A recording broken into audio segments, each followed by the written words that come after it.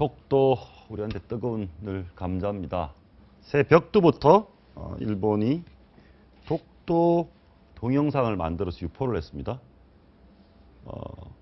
한번 보시죠. 이런 내용입니다. 이 독도를 소개하는, 그러니까 일본 사람들이 오래전부터 독도를 자기 땅으로서 거기서 활동해왔다는 내용인데, 한 초등학교 교사가 예. 책을 썼어요, 지금. 그 책이 뭐냐면, 메치가 있었던 섬. 그러니까 메치란 게 이제 일본어로 하면 강치라고. 예전에 예. 독도에서 그 일본 사람들이 거기서 그 강치란 새를 그걸 잡았다는 건데, 물고기를. 지금 뭐 없다고 하거든요. 그러니까 예전에 그 강치가 살았던 섬이다라고 해서 그 아까 그림책 나왔잖아요. 예. 저 그림책입니다. 그러니까 독도에서 일본인들이 이제 저기를 자기네 땅처럼 가서 물고기 잡았다. 그런 내용인데, 그 그림책을 소개하는 동영상을 만들어서 유튜브에 올렸는데, 문제는 그 유튜브에 올린 단 주체가 뭐 민간이라면 뭐 그러려니 할 텐데, 예. 문제는 내각 관방 영토 주권 대책 기획조정실, 이름도 길죠. 이게 결국 2013년에 아베 총리가 만든 것이거든요. 독도 대책을 논의하는 기구입니다. 그 기구에서 저 동영상을 만들어서 유튜브에 올렸다는 얘기는 본격적으로 아베 정권이 독도는 우리 일본 것이다 라고 동영상을 만들어서 그걸 교육용으로 쓰겠다는 어떤 야욕을 드러낸 거기 때문에, 그래서 조금 더 문제가 되고 있는 것이죠. 보시기에 일본이 말로는 아베가 뭐 우리 박근혜 대통령 만나자, 뭐 관계 개선하자고 하는데, 저 내용을 보면 당분간은 관계 개선에 의지가 없다고 봐야 되는 거 아닙니까? 일단 외교적인 스텝을 밟을 때는 두 가지 측면에서 봐야 됩니다. 하나는 실제로 그러니까 한일 관계라는 측면에서 봐야 되고, 하나는 국내 정치적 관점에서 봐야 되는데, 아베가 지난번 선거 내각 개선하고 선거하면서 뭐 압도적 다수, 심지어 이제 개헌까지 가능한 그렇습니다. 다수 의석을 차지했기 때문에 아베 스스로는 상당한 자신감을 가질 수 있다라고 봐줘야 되는 것이고, 뭐 독도 문제는 어제 오늘 문제는 아니죠, 사실은. 어제 그렇죠. 아닌데, 실제로는 이 문제가 굉장히 복잡한 게 뭔가 하면, 이거 민족 감정의 문제, 우리가 사실상 실효적 지배를 하고 있지 않습니까? 그렇습니다. 실효적 지배를 하고 있는데, 국제재판소로 갔을 때는 또 다른 측면이 있을 수 있는 것이거든요. 예. 그렇기 때문에 어쨌든 뭐 크게 보면 결전에 대비해서 명분을 축적하는 것일 수도 있고, 예. 아베의 자신감의 발로일 수도 있는데, 다만 올해가 한일 수교 50주년, 60주년입니까? 뭐 예. 50주년 되는 해인데, 한일 관계가 갈수록 꼬인다 지금. 그러니까 일본이 지금 당장 한일 관계를 개선할 어떤 특별한 의지는 좀 없어 보인다. 없어 뭐 이런 보인다. 생각입니다. 예, 알겠습니다. 저 일본이 그 독도 문제와 그다음에 지금 중국과 또 영토 분쟁을 그렇습니다. 일으키는 조오대가 있지 않습니까? 거기에 대해서는 또 이중적 태도를 보여요.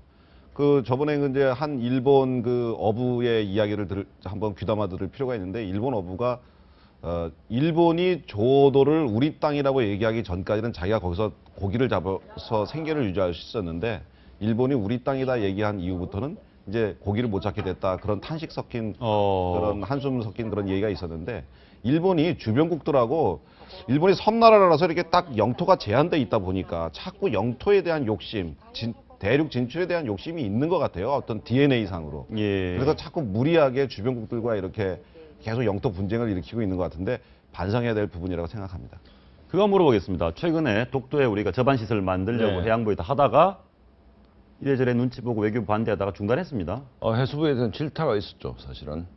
해수부가 헛발질을 한 겁니까? 아니면 우리가 너무 일본과의 관계가 나빠질까 두려워한 겁니까? 이 문제를 우리가 주목을 해야 하는 게, 외교 문제에서, 외교에서 딱 하나의 가치가 있습니다. 국익입니다. 국익. 예. 나라의 이익인데, 그러니까 이게 그냥 국민 감정에 보면 당장 뭐 그게 저반실뿐만 아니라 다 하면 되는 것이죠.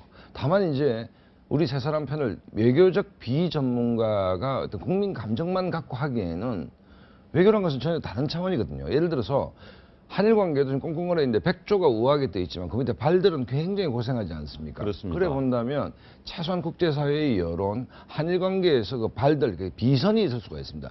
외교 관계는 비선이 많을수록 좋은 겁니다, 사실은. 그러니까 눈에 보이는 것 말고 진짜 한일 간에 어떤 커뮤니케이션이 되느냐 안 되느냐의 문제도 있는 것이고, 그걸 종합적으로 판단해야 되는데, 우리가 지금 보고 있는 것은 백조의 겉모습밖에 없는 것이거든요. 예. 그랬을 때 정부가 나름대로 무슨 고충이 있지 않았겠느냐, 저는 이렇게 좀 좋게 봐주려고 합니다. 예. 독도에 대해서 일본이 노리는 건 분쟁 지역화입니다.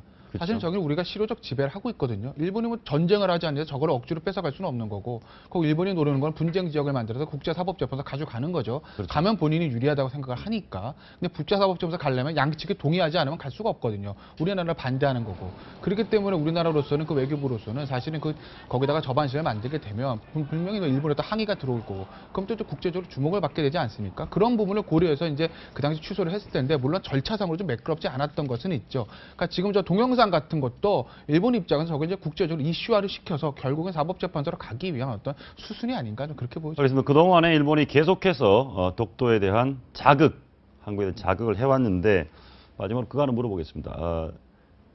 이명박 대통령 때 대통령이 직접 독도를 방문하기로 했습니다. 그는 강경했고요. 네. 박근혜 정부 들어와서는 좀 조용한 편입니다. 입장이 달라진 겁니까?